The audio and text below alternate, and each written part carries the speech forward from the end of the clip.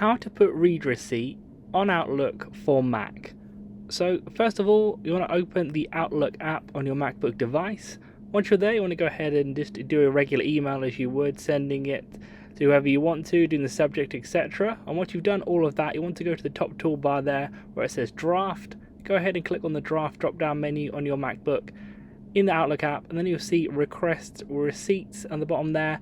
Then you want to click on the request a read receipt. Then that will put it on to the email right there. You can go back in and see that it's ticked, and it will request a read receipt once you send through the email on that specific email. Make sure it's on for each of the ones that you want to do.